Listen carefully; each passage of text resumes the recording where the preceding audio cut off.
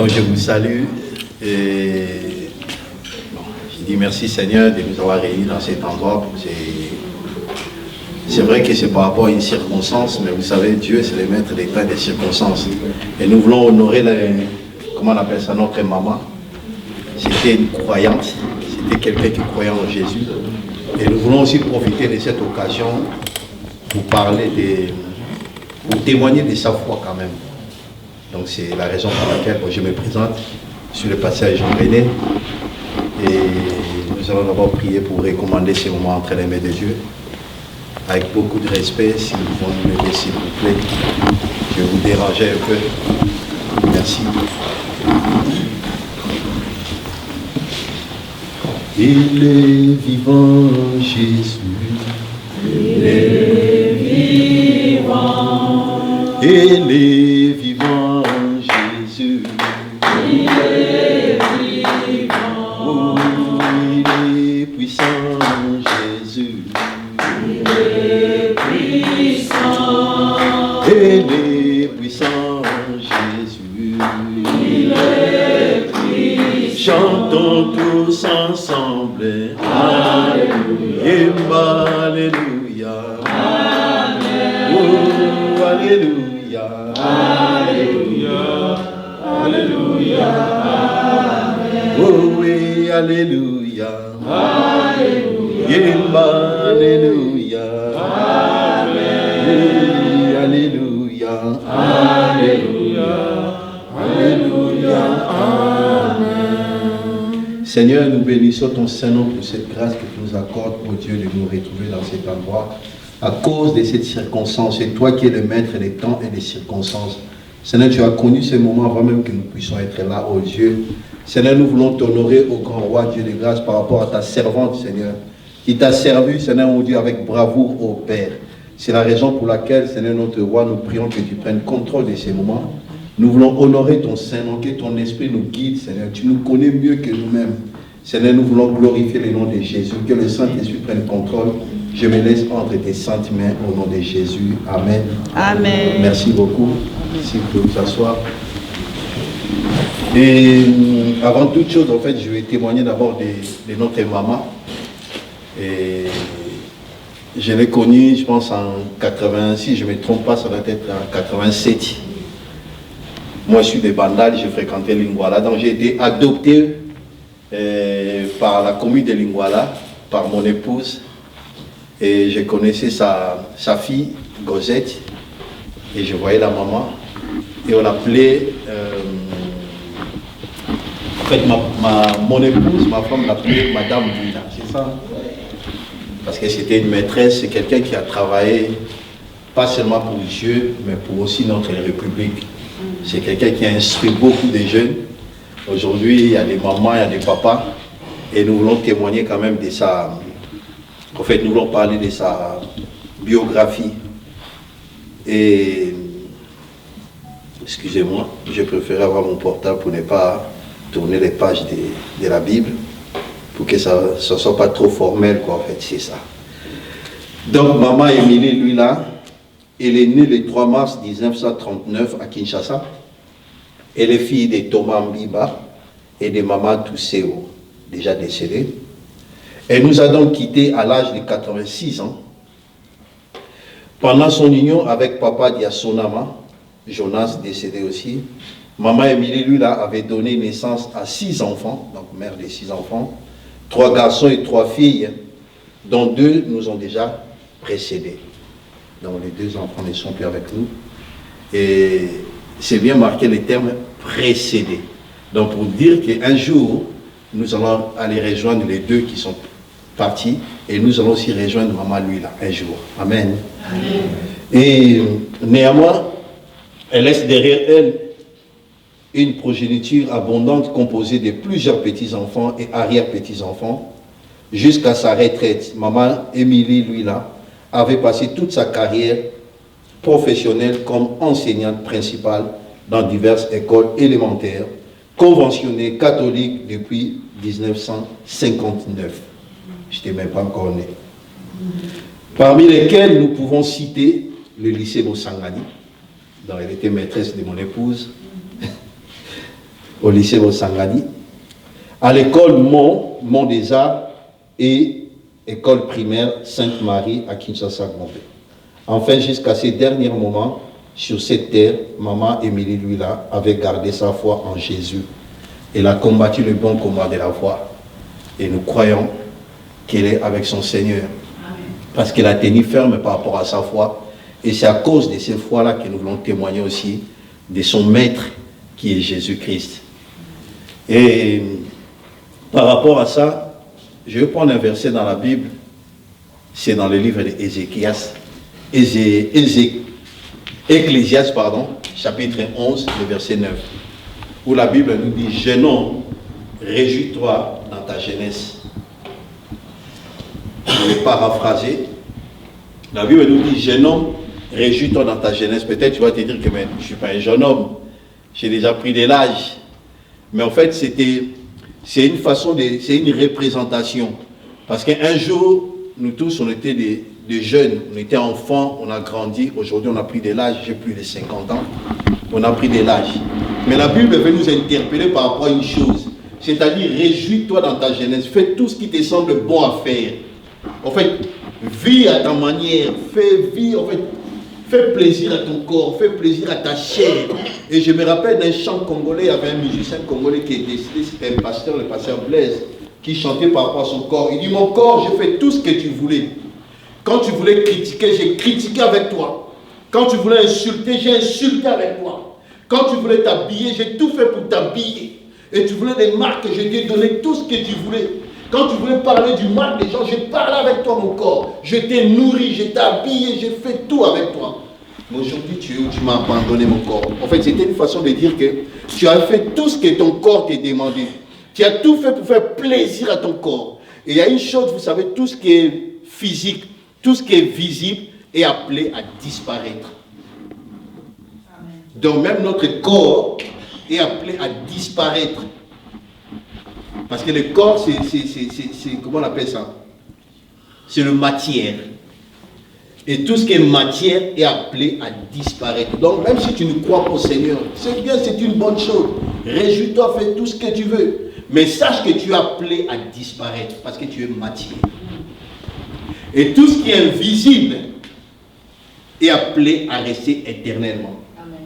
Donc déjà, ton âme qui est invisible, ton âme est appelée à rester éternellement. C'est pourquoi cet homme va dire que mon corps, je fais tout ce que tu voulais. Mais aujourd'hui, après ma mort, il se retrouve maintenant, c'est une façon, c'est une image, j'ai côté l'imager. Je me retrouve devant Dieu. Il dit, mais tu es où mon corps?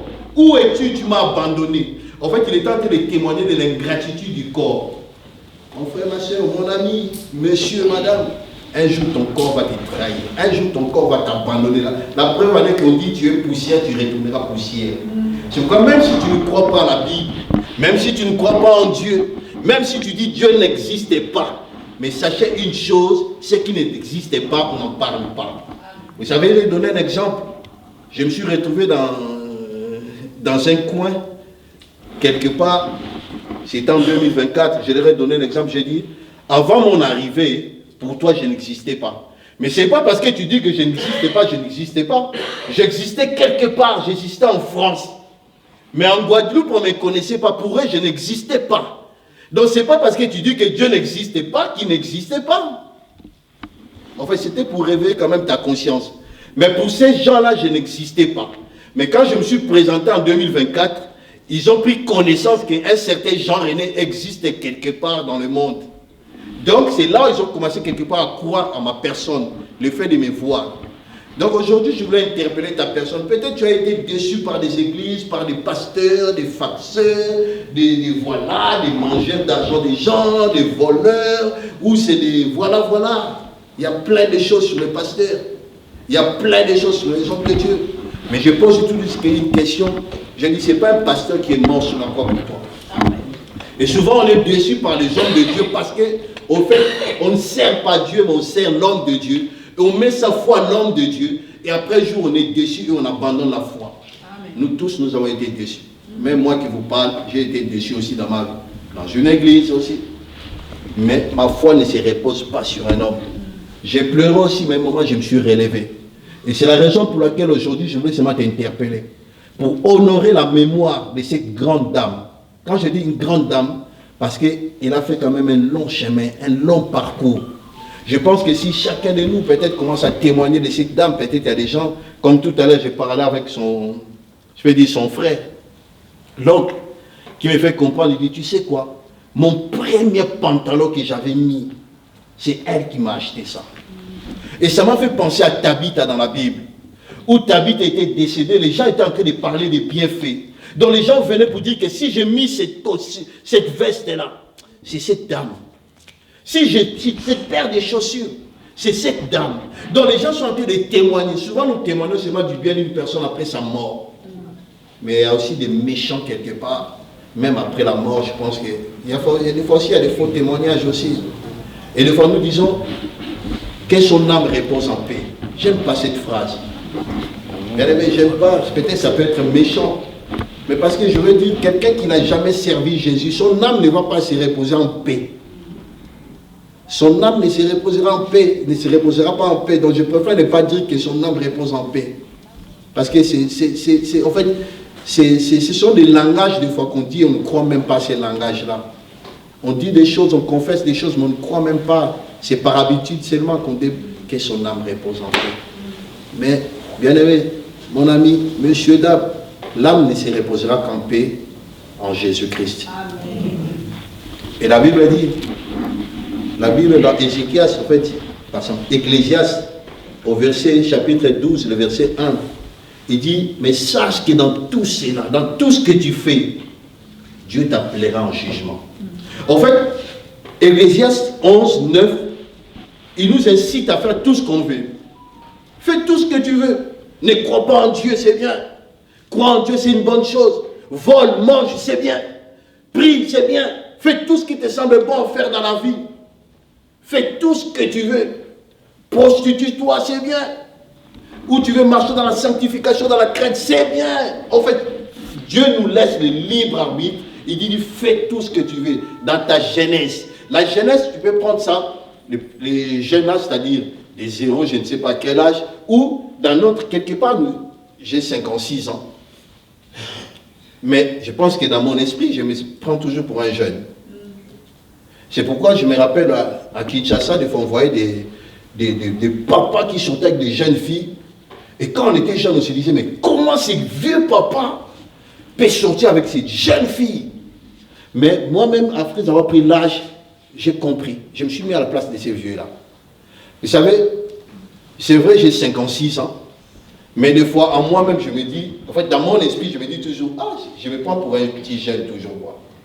Mais mon corps me fait comprendre que non, tu te trompes. Parce qu'il y a d'autres mouvements que je ne peux plus faire. Mais mon esprit est disposé de faire ces mouvements. Je me rappelle une fois, je me suis retrouvé à Rimondor, tout était fermé. Et pour sortir, je voulais escalader le mur. Mon esprit me dit, tu peux le faire. Parce que dans ta jeunesse, tu l'as fait. Mais mon corps me fait comprendre que si tu essaies, tu vas te casser, on va venir te ramasser. Donc il y avait un combat entre mon esprit qui me dit que tu es capable de le faire. Tu peux le faire. C'est rien. Mais mon corps me fait comprendre que tes os n'ont pas, je peux dire, la même force. Et quand tu avais 20 ans. C'est pourquoi la Bible nous interpelle par rapport à notre esprit pour dire que jeune homme, réjouis-toi dans ta jeunesse. Fais ce qui te semble bon à faire. Donc, mange, bois, habille-toi, nourris-toi. En fait, fais tout ce que tu veux. Et dans 12, maintenant, chapitre 12, le verset 1, il dit, sache que dans tout ce que tu fais, dans tout ce qu'on fait sur terre, Dieu nous appellera en jugement. Chacun va rendre compte par rapport à toi, soi-même. Donc moi, je ne me rendais pas quand je ne veux pas dire devant Dieu, j'ai dit, Seigneur, j'ai tellement aimé Dieu, mais c'est à cause de cet homme de Dieu, ce pasteur escroc, c'est pourquoi je t'ai abandonné. Et le Seigneur va me poser une question. Est-ce que c'est ce pasteur qui est mort sur la croix pour toi ou c'est moi? Et c'est là où maintenant on va se rendre compte que non, j'avais pris une mauvaise route, quoi. Et bien aimé, et la Bible nous dit encore, toujours dans l'Ecclésiaste, il dit vanité de vanité, tout est vanité. Il dit prends conscience avant que les mauvais jours arrivent, où tu commences à regretter de la vie. Vous savez, des fois, quand on a fait beaucoup de choses, on s'est réjoui dans la jeunesse. Quand on prend de l'âge, des fois, on est fatigué maintenant. Et des fois, on a des langages pour se soulager, pour dire que, oh, quand même, je me suis amusé dans la vie. Hein. Je ne regrette pas en tout cas. J'ai fait tout, j'ai dragué, je suis sorti avec des femmes, j'ai changé de femme comme je voulais, j'ai fait tout ce que je voulais. En fait, on cherche à se consoler quelque part. Mais entre-temps, on regrette au fond de soi pour dire que j'ai perdu mon temps dans du n'importe quoi, vraiment quoi. J'ai perdu mon temps. Et le temps passé ne se rattrape pas. On sacrifie seulement le temps d'après. On ne rattrape pas le temps bien-aimé. On sacrifie le temps d'après. Donc aujourd'hui, je voulais seulement te témoigner de ce Jésus-là. C'est Jésus que cette maman a servi. C'est Jésus que cette maman est restée ferme et fidèle. C'est Jésus que cette maman a suivi jusqu'au bout. C'est Jésus-là peut-être que tu crois, que tu ne crois pas. Mais je dis toujours une chose, ça sera regrettable. Pourquoi un jour j'ai donné un exemple à un jeune qui me connaissait au pays. Il est venu me voir et dit, mon vieux, on va sortir, on va s'éclater. Donc aujourd'hui, je me rappelle, il est venu de la Belgique. Je lui ai dit, non, on va sortir, mais on ne va pas s'éclater. Je ne suis plus dans ça. Il me dit, mais non, mon vieux. J'ai dit, non, je ne suis plus dans ça. Il me dit, mais non, tu es devenu, c'est comme si en Anglais on dit au BTL, quoi. En fait, il dit, mon vieux, au BTL, au commis. Ah non, vieux. Je lui ai dit, tu sais, en fait, tu vis, moi je vis. Tu t'es marié, je me suis marié. Tu as des enfants, j'ai des enfants. Tu t'habilles, je m'habille. J'écoute la musique, j'écoute la musique. Mais le problème, c'est qu'on n'a pas seulement le même genre de musique, mais on écoute tous les deux la musique. Tu as peut-être une voiture, j'ai une voiture. Tu travailles, j'ai un travail. J'ai dit, en fait, je ne regrette rien du tout. Je vis. Mais je vis seulement d'une autre manière. J'ai dit, toi aussi tu vis. J'ai dit, mais le problème est qu'après la mort, c'est là on va se rendre compte. J'ai dit, si Dieu n'existait pas, j'ai dit, je ne regrette pas. Parce que j'ai vécu aussi, mais à ma manière. J'ai eu des enfants, j'ai une maison, j'ai une femme, mais à ma manière. J'ai dit, mais le problème, s'il existe, j'ai dit, c'est là où moi tu vas te graisser les dents. C'est là où tu vas te rendre compte que tu avais choisi vraiment une mauvaise. Et tu ne peux plus te rattraper. Et tu ne peux plus récupérer les temps perdus. En fait, tu ne peux plus dire que, oh Seigneur, mince alors, je me suis trompé, laisse-moi le temps de retourner là-bas, après je vais revenir. Bien aimé, le temps t'est donné. Peut-être tu connais Jésus, mais tu ne le sers pas. Parce que on dit toujours que, des fois on dit, je suis chrétien mais non pratiquant. Et moi je dis toujours, c'est une façon de se consoler. Moi je suis électricien de profession. Je dis toujours, je suis électricien de profession et de formation. Et on ne peut jamais être un médecin non pratiquant. On ne peut jamais être un banquier non pratiquant. On ne peut pas être un électricien non pratiquant. Donc en fait, c'était seulement pour t'interpeller, pour dire que si tu es chrétien, tu dois pratiquer. Si tu es électricien, il faut pratiquer. Donc, aujourd'hui, l'occasion t'est donnée. Si tu connais Jésus, peut-être tu as baissé les bras à cause de la déception. Aujourd'hui, Dieu te fait seulement grâce pour te dire que reviens à ton Dieu. Reviens à ton premier amour. Relève-toi. C'est vrai que tu es déçu peut-être, ou tu es fatigué de tout ça, ou tu as tellement fait confiance à l'homme. Un jour, l'homme t'a tellement déçu que tu as du mal à t'y remettre. Et Dieu te donne l'occasion pour dire que reviens à ton premier amour. Dans mon parcours, j'ai été déçu aussi. Dans mon parcours aussi, j'ai servi un homme de Dieu. Je vivais avec cet homme de Dieu. Je le servais, j'étais son serviteur. Ici en France, pas en Afrique. J'ai vécu dans une église. J'ai dormi dans une église. Ici en France, ce n'est pas parce que je n'avais pas la famille. Il y a ma famille qui est là, il y a mon grand frère, il y a mes grandes sœurs. Mais j'avais fait un choix dans ma vie. Mais un jour, j'ai été déçu aussi. Un jour aussi, on a abusé de moi. Un jour aussi, on a profité de moi. Et j'ai passé du temps par terre en train de pleurer. Mais après, je me suis dit, non. Il faut que ça me donne de la force. Et ça m'a donné de la force. Aujourd'hui, ça a développé une chose en moi. Qu'un homme peut m'écraser, peut me cracher dessus, peut m'insulter, peut se moquer de moi. Je ne cherche même pas l'approbation de l'homme. Mais je respecte tout être humain. Je respecte vraiment l'homme. Je respecte tout homme. J'ai de la considération pour tout homme. Mais je ne peux pas vendre ma foi à cause de la croyance d'une personne, bien à cause d'un comportement. C'est pourquoi je te dis aujourd'hui, Dieu te donne l'occasion. Peut-être tu as été déçu. Relève-toi. Nous ne connaissons pas les noms de mes bien-aimés. Aujourd'hui, on est là. Là, il y a ma femme, il y a son ami qui vient de perdre son frère aux États-Unis. Et mon ordination a eu lieu le 22 novembre. Et ce jeune garçon est mort aux États-Unis le 21 novembre. Et on n'était même pas au courant. On a su ça le 9 décembre. Non, après le 9 décembre, parce que le 9 décembre, c'était son anniversaire. Et sa sœur l'appelle, il tombe sur le répondeur, il souhaite joyeux anniversaire, il chante même au téléphone, joyeux. Mais son petit frère était décédé depuis le 21 novembre. Et le 9 décembre, elle chante joyeux anniversaire. On l'a ramassé, comment on appelle ça? Dans un arrêt de bus. Pas de famille. On l'a gardé, ça n'est pas. Et ils ont fait les recherches sur son portable. Ils ont retrouvé les coordonnées de sa sœur. Ils appellent sa sœur, sœur, regarde, oui, mais c'est un blanc, je ne le connais pas. Ils rejettent l'appel, ne sachant pas que son petit frère n'existait pas. Et à ces jours, ils doivent tous partir pour aller enterrer. Ça fait déjà presque 2 mois. Pourquoi je vous fais ces témoignages? Pour dire, nous ne savons pas comment nous allons mourir. Nous ne savons même pas. Peu importe la manière dont chacun de nous va partir. Mais le problème en est, comment partiras-tu? Comment tu vas te retrouver devant ton Dieu? En quel état que tu te retrouveras devant ton Dieu? Bien, mais personne ne rendra compte pour l'autre. En fait, même moi, j'aime ma femme, mais devant Dieu, je ne peux pas témoigner pour ma femme. J'aime mes enfants, mais devant Dieu, je ne peux pas témoigner. Si je parle de ça, ce n'est pas pour déconsidérer quelqu'un ou pour dire que je suis plus qu'une personne ou plus que vous, pas du tout. Mais c'est pour vous encourager seulement à vous relever. Bien aimé, vanité des vanités, tout est vanité, tout passera. Tout va passer. Je te donne souvent un exemple, je ne sais pas en quelle année tu es venu ici en Europe ou en France. Mais regarde souvent peut-être ton premier pantalon où tu as frimé avec. Peut-être aujourd'hui ça n'existe même pas.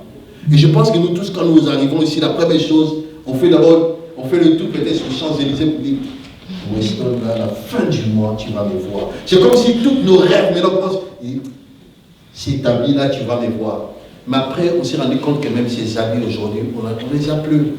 C'est passé. Et même ce qu'on a aujourd'hui, ça passera. Ça va se déchirer. Peut-être ça va se fatiguer. Peut-être on va prendre du poids et on ne pourra plus les mettre. Peut-être on va maigrir. Peut-être on va se retrouver dans une situation, je ne sais pas quoi faire. Je suis en train de nous interpeller pour nous faire prendre conscience, pour dire qu'un jour nous allons passer. Amen. Un jour nous allons passer. Ressaisis-toi.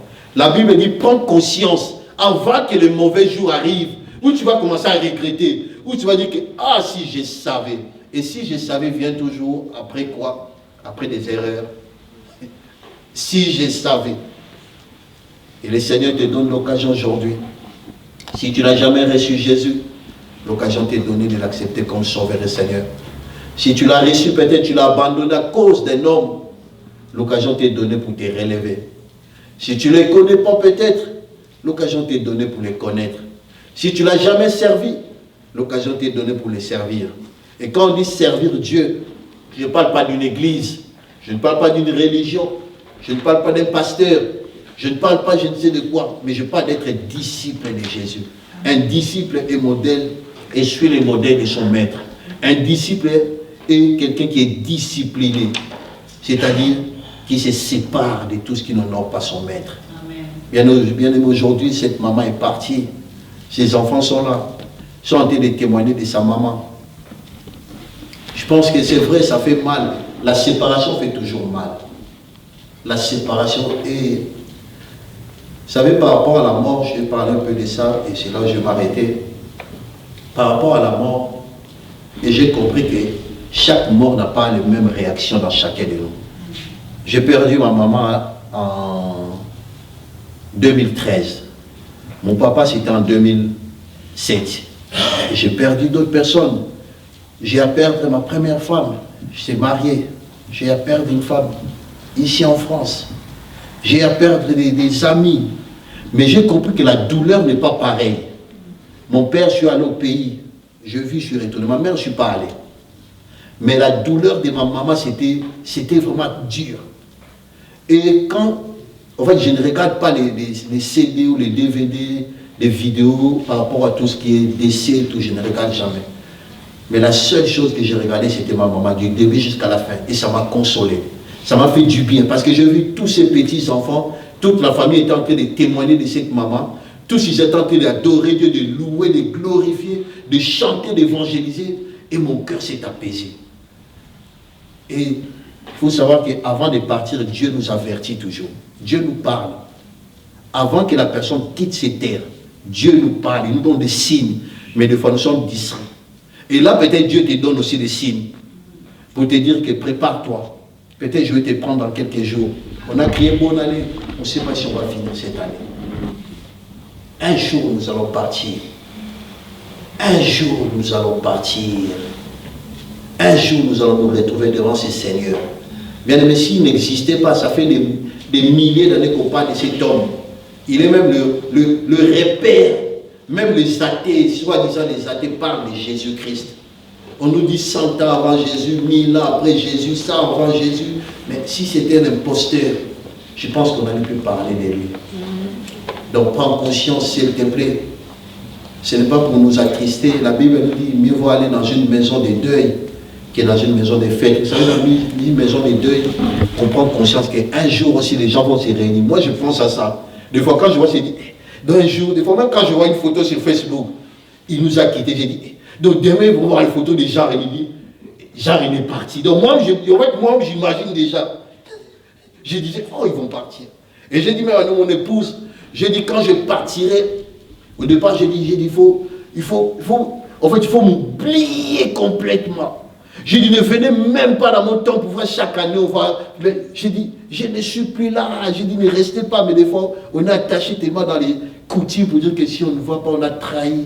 Si on ne le voit pas, on a déçu. On ne voit quand même pas culpabilité. J'ai dit à ma femme, j'ai dit, il faut...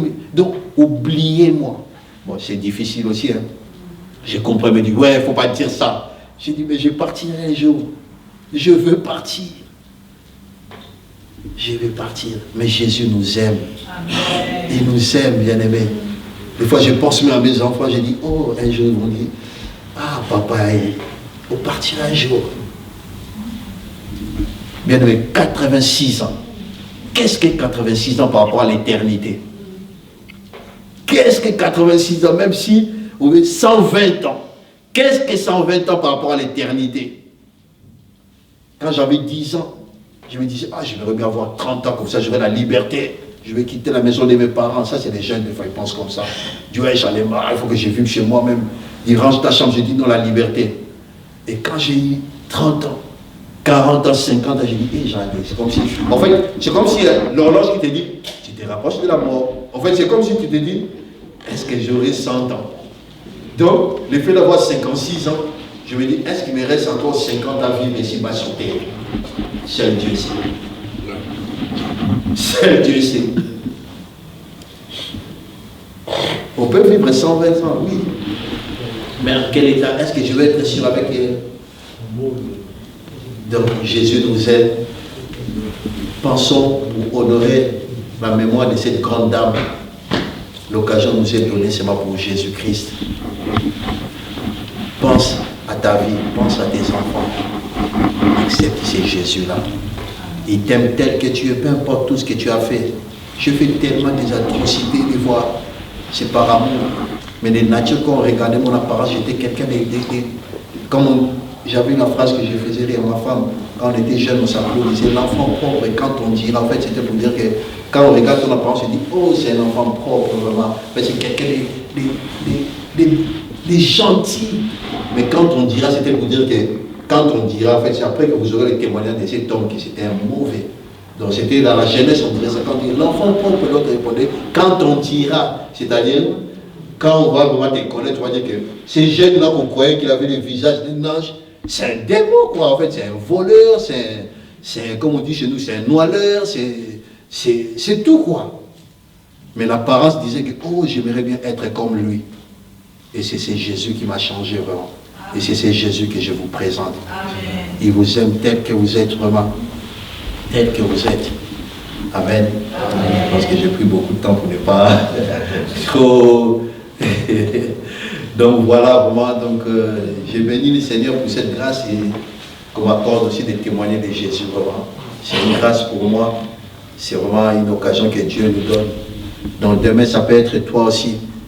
Donc c'est une grâce. C'est pas que je suis plus meilleur que qui que ce soit. C'est pas que je suis... Non, c'est une grâce. C'est une grâce. C'est vraiment une grâce. Amen. Amen. Donc que le Seigneur, on va prier pour la famille aussi. Que le Seigneur garde la famille, que tout se passe bien. Parce que nous savons que souvent dans les deuils, l'ennemi de nos âmes, l'accusateur des fois, il cherche à semer des zizanies, des troubles des fois. Et les gens, aujourd'hui, il n'y a plus vraiment l'amour. Les autres sont en train de pleurer, mais l'autre est en train de penser à d'autres choses. Comme Salomon disait, il dit, je vais laisser mes biens. Peut-être tu prends soin de... J'ai perdu mon frère ici aussi, voilà. Un petit témoignage. Et ce frère, il aimait s'habiller. Il aimait beaucoup s'habiller. C'était un célibataire, il avait laissé un enfant au Congo. Lui, c'était... Et puis ses vêtements, en fait, non, c'était quelqu'un d'organisé. Comment il... En fait, il soignait ses habits, ses paires de chaussures. Mais après sa mort, je suis rentré dans sa chambre parce que je suis venu le voir quand il était encore couché sur son lit.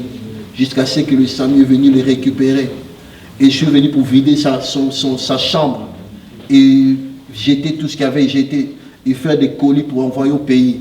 Et j'ai regardé ses habits. Et quand on a donné ses habits des faux enfants, on disait, il ne faut pas vendre ça. J'ai dit, si tu veux l'honorer, j'ai dit, ne vends pas ça, garde ça vraiment. Parce que vous voyez comment il aimait ses habits. Comment il prenait soin de ses habits. Et Salomon dit, tu prends soin de tes habits. Peut-être mes paires de chaussures, je suis en train de cirer pour dire que ça vraiment, je ne veux pas que quelqu'un me marche dessus, je dois... Il dit, après ta mort, la personne qui va hériter ça, il va faire de ça ce qu'il veut. Peut-être toi tu ne sortais pas sous la pluie avec tes chaussures, la personne va même marcher avec tes habits sous le... En fait, tu prenais parce que ça coûtait tellement cher. Il dit, ma femme que j'ai entretenue, quelqu'un d'autre va prendre ma femme. Ma maison, j'ai pris soin de ma maison et quelqu'un fera des... En fait, la personne fera de mes biens ce qu'elle veut. C'est là que Salomon dit, vanité des vanités, tout est vanité. Vanité, c'est pas pour... Mais c'est pour nous, pour chez nous, bousculer un peu. Pour nous dire que dans ces temps-ci, bien aimé, tu sais, des fois, quand tu as vécu tes mains, tu regardes le monde, tu dis, le monde. Après, tu commences à dire, en fait, c'est comme s'il n'y a rien de beau dans le monde, quoi. Tu te dis, ouais, c'est vrai.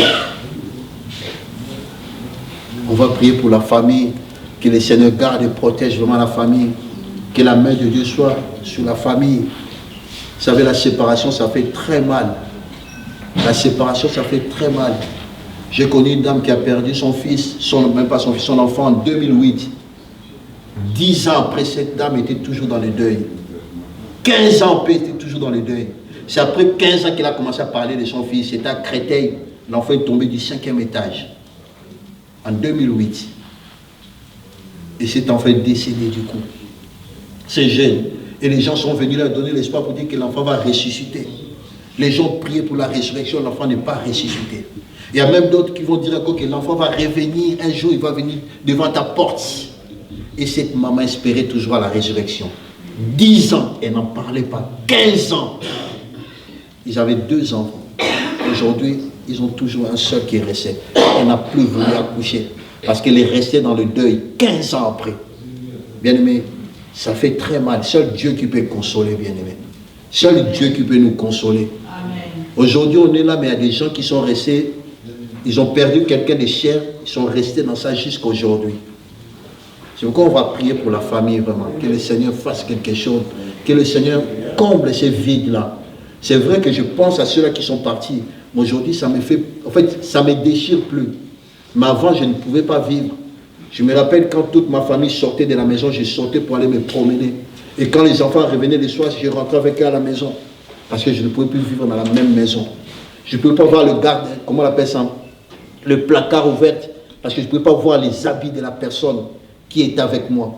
Je ne pouvais plus vivre dans la même maison. Il fallait que Dieu puisse réparer le cœur. Et c'est le Seigneur qui répare. C'est pourquoi nous allons prier pour la famille, vraiment. Nous allons prier que le Seigneur console la famille. Que le Seigneur apporte vraiment, comment on appelle ça, sa consolation, parce que c'est lui le vrai consolateur. Que le Seigneur comble ces vides-là. Que le Seigneur vraiment prenne soin de la famille, des enfants, des petits-enfants, des arrière-petits-enfants. Parce qu'il y a un vide qui est resté dans cette famille. Il y a un vide qui est resté dans cette famille. Amen. Amen. Merci beaucoup de m'avoir écouté. Merci vraiment, nous allons prier pour la famille. Au nom de Jésus. Père de grâce, je te remercie, Seigneur, pour cette grâce que tu m'as accordée de témoigner de toi. Merci vraiment pour ces temps, oh Dieu, que nous avons passé, Seigneur mon Dieu, à écouter ta parole. Je te remercie aussi pour toute personne qui a écouté ta parole. Ma prière seulement, Père, par ton esprit, que tu continues l'œuvre dans la vie de chaque personne. Toi seul, tu connais la vie de chacun, oh Dieu. Seigneur, oh Dieu, que le Saint-Esprit continue l'œuvre et que le Saint-Esprit puisse faire naître Jésus dans le cœur de chacun. Amen. Seigneur, nous te prions aussi pour la famille. Cette famille qui vient de perdre quelqu'un de cher, Seigneur. De très cher même, oh Dieu. Père de grâce, console la famille. Je te confie les enfants, oh Dieu, les petits-enfants et les arrière-petits-enfants, oh Dieu de grâce. Seigneur, sois avec eux, oh Dieu de grâce. Entoure-les de tous côtés, oh Père. Rassure-les, Seigneur mon Dieu. Protège-les aussi contre tout ce qui n'est pas de toi, oh Père de grâce. Seigneur mon Dieu, que personne ne profite, oh Dieu, de cette circonstance, oh Père. Seigneur mon Dieu, pour faire tout n'importe quoi, pour faire le, oh grand Dieu de grâce, qui n'honore pas ton Saint-Nom. Mais je prie que ta main soit déployée sur toute la famille. Oh Dieu, que tu apaises le cœur, oh Père de grâce. Que tu combles le cœur, oh grand Dieu de grâce. Nous te recommandons la journée, oh Dieu, le samedi, oh Père. Seigneur, c'est le moment de séparation, oh Dieu. C'est le moment d'adieu, oh Père de grâce. Seigneur, notre prière, oh grand roi. Que tu sois manifeste, Seigneur notre Dieu. Notre prière, que tu soutiennes la famille, oh Dieu. Notre prière, oh Dieu Tout-Puissant Père. Seigneur, que rien de malheur arrive, oh Père de grâce. Que tout s'efface et se passe dans le calme, Seigneur mon Dieu. Dans la sérénité, oh Dieu Tout-Puissant. Au nom de Jésus, Seigneur notre roi. Nous te prions, oh Dieu, pour l'avenir de la famille. Que cet avenir soit entre tes sentiments, Dieu. Que tu continues avec chacun de nous. Nous te recommandons cette soirée, Seigneur. Merci, Seigneur, d'avoir permis ces moments. Seigneur, tout ce qui va se passer soit béni de toi. Que tout soit sanctifié par la parole et par la prière, oh Dieu. Seigneur, que nous puissions passer un moment dans ta présence, oh grand Dieu, dans le nom de Jésus. Merci, Seigneur Jésus. Amen. Amen. Merci beaucoup.